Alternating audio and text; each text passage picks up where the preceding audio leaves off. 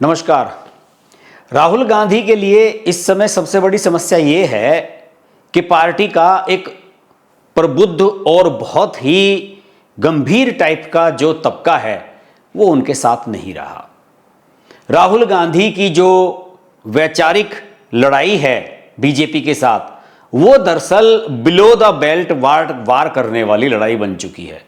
वो बीजेपी के बारे में, मोदी के बारे में किसी भी तरह की झूठी सच्ची बातें कहते हैं और वो ये एक्सपेक्ट करते हैं अपनी पार्टी के लोगों से, वे उसका अंधाधुंध पालन करेंगे, आंख मूंद कर पालन करेंगे।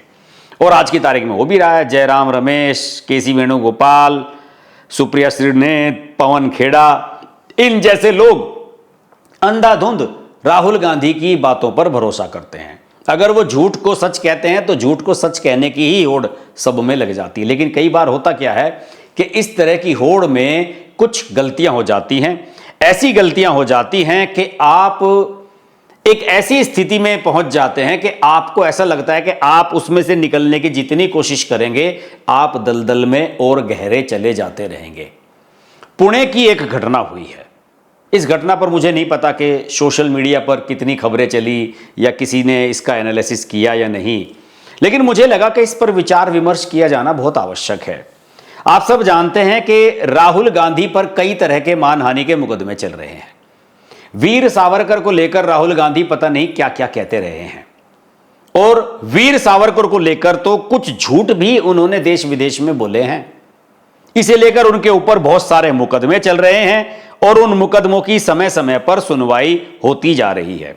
मार्च 2023 में राहुल गांधी ने लंदन में एक भाषण दिया था और उसमें उन्होंने यह दावा किया था, सावरकर ने अपनी किसी किताब में यह लिखा है कि उन्होंने और उनके कुछ दोस्तों ने एक मुस्लिम व्यक्ति को पीटा था और इससे उन्हें खुशी मिली थी, जबकि ऐतिहासिक रूप से यह तथ्य सही नहीं है।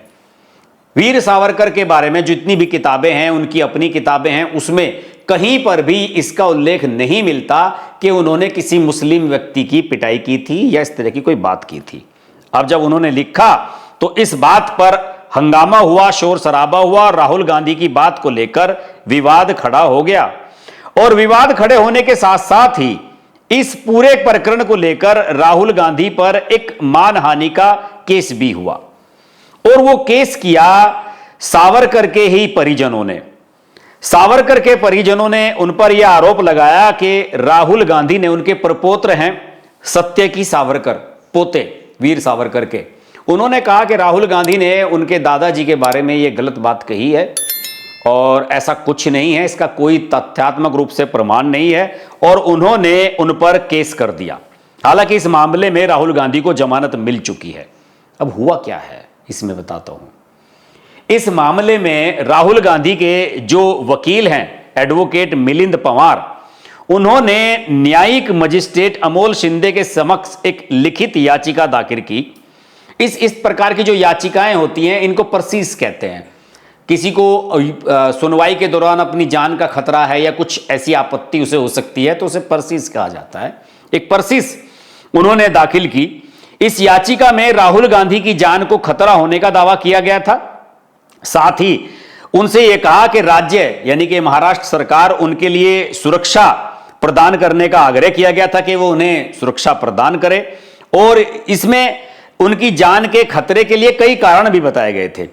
इसमें यह उल्लेख किया गया कि जो शिकायतकर्ता हैं यानी कि सावरकर के जो पोते हैं सत्यकी सावरकर, उनसे राहुल गांधी की मौत का खतरा है, हत्या का खतरा है, क्योंकि वो नाथूराम गोडसे जो गांधी जी के हत्यारे थे, उनको, उनके परिवार से उनका कहीं ताल्लुक है और नाथूराम गोडसे और गोपाल गोडसे के वो वंशज हैं।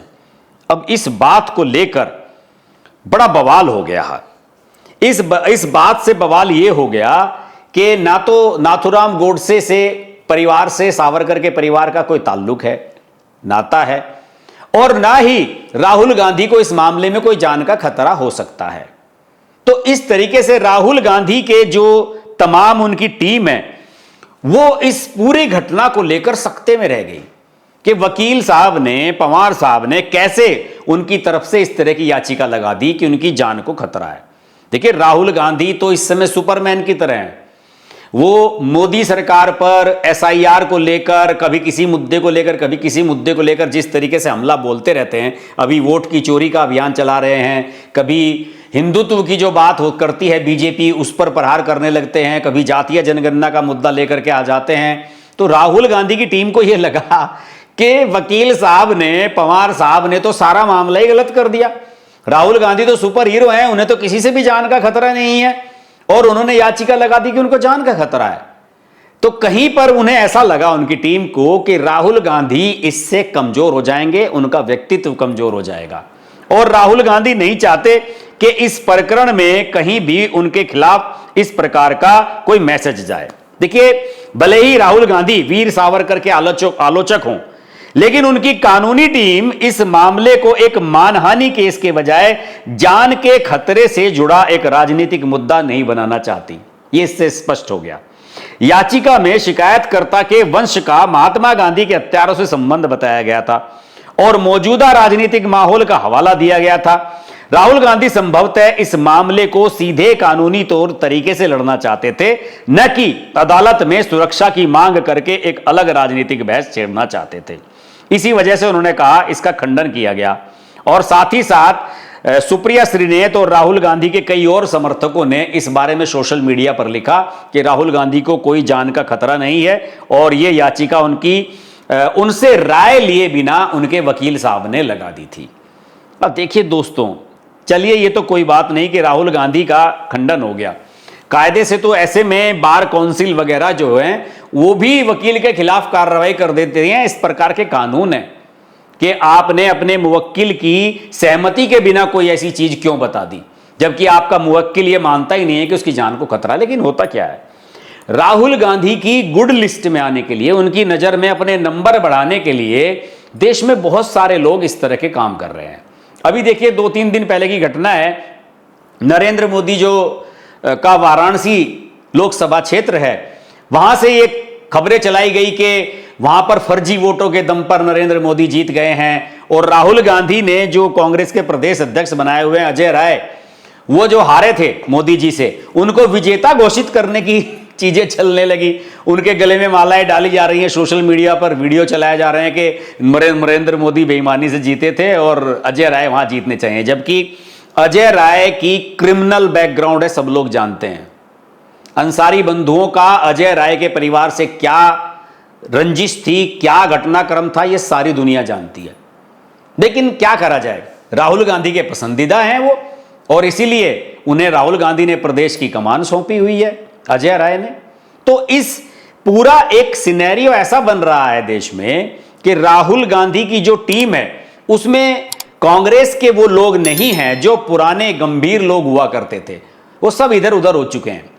जो थिंक टैंक हुआ करते थे पार्टी में, गुलाम नबी आजाद थे, या फिर पी चिदम्बरम, या फिर शशि थरूर, या फिर ये जितने भी लोग जो कांग्रेस, कुछ लोग तो कांग्रेस का साथ ही छोड़ गए, ज्योतिरादित्य सिंधिया हुआ करते थे, जो राहुल गांधी के करीब रहते थे और राहुल गांधी को थोड़ा गंभीर रूप प्रदान करते थे। लेकिन आज जो है उनके इर्द गिर्द केसी वेणुगोपाल, सुप्रिया श्रीनेत और तमाम इस तरह के लोग जिनके नाम मैंने शुरू में लिए, इस तरह के लोग रहने लगे हैं। तो उसकी वजह से राहुल गांधी का जो पर्सोना है, उनकी जो पर्सनैलिटी है, उसका बहुत ज्यादा ह्रास हुआ है।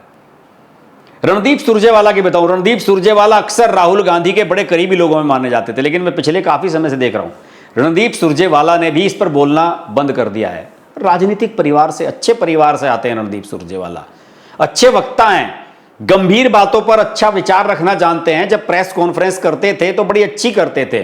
लेकिन राहुल गांधी की टीम में अब वही लोग बचे हैं जो आंख मूंदकर उनकी बात पर भरोसा करें, भले ही वो ठोकर लगकर गिर पड़े, राहुल गांधी भी गिर जाएं तो उनके ऊपर ही सबके सब धड़ाम धड़ाम गिरते चले जाएंगे। कोई ये नहीं देखेगा कि राहुल गांधी का कहीं कोई नुकसान तो नहीं हो रहा है। और ये घटनाक्रम भी इसी बात का संकेत है कि राहुल गांधी से पूछे बिना ही उनके बिहाफ पर इस तरह की याचिका लगा दी गई।